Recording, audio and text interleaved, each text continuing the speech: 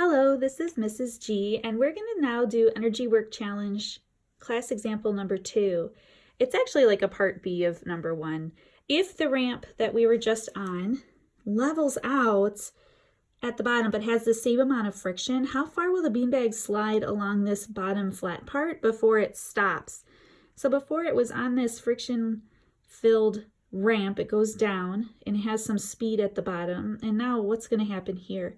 We actually have two strategies for solving this problem. And so I'm going to draw the strategy that most of my students usually use in orange here. And most of my students would usually use this strategy where they have the beanbags start here and have that velocity that we found before of 20.7 meters per second. And then they would have it end where mine end is too, at when it stops.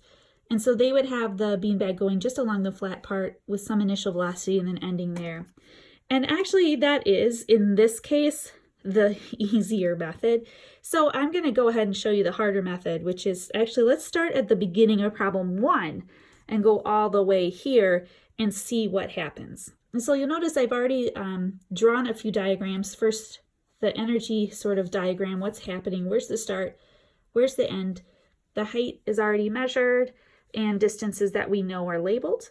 And I've also written in 2 free body diagrams because the beanbag is on a ramp for the beginning, and then it's on a flat part.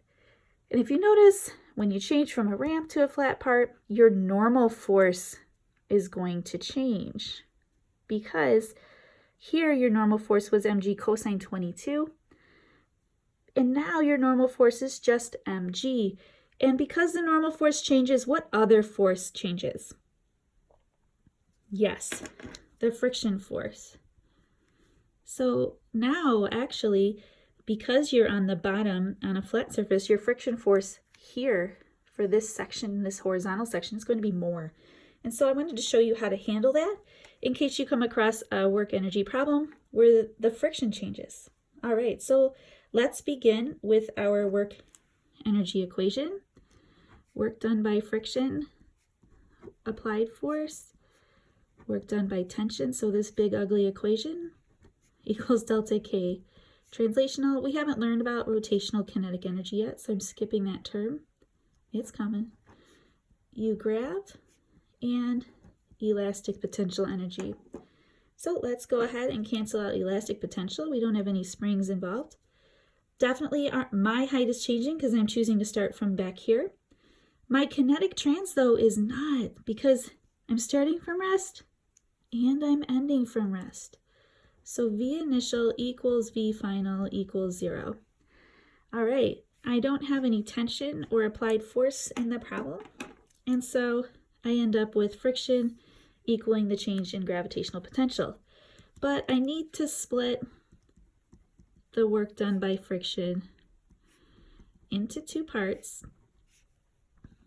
because the friction force changes.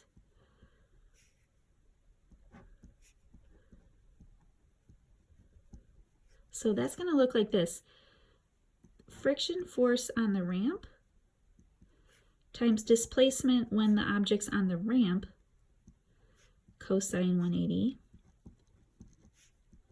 plus friction on the flat surface times the displacement on the flat surface, cosine 180, equals mgy final minus mgy initial. And we can go ahead and cancel out the mgy final since we're ending up on the ground. Okay, so the friction force while we're on the ramp is going to equal mu times the normal force, which was mg cosine 22.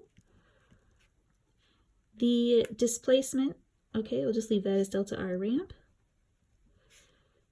cosine 180, plus now friction force on the flat surface is mu mg delta r flat, cosine 180, equals negative mgy initial. So again, I just wanted to rub in that this is the friction force on the ramp, and then here is, oh, I'm sorry, I forgot to include the mu, that's part of friction force. Sorry. Okay, here's the friction force on the ramp. There's the friction force on the flat surface. You can see the difference is the cosine. Okay. Now we can substitute in our values.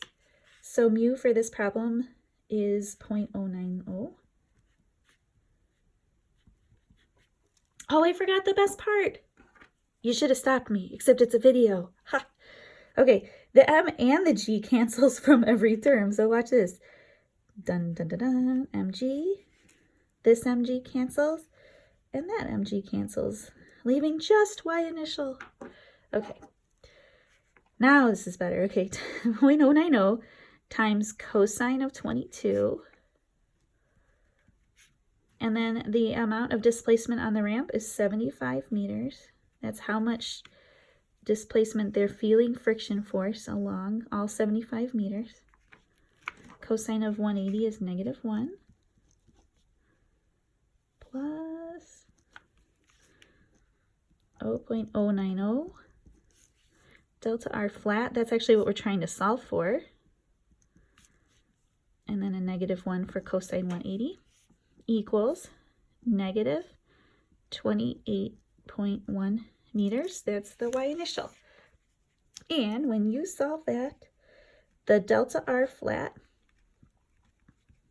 turns out to be, I got like 242.6 meters, which rounds to that 243 that is given.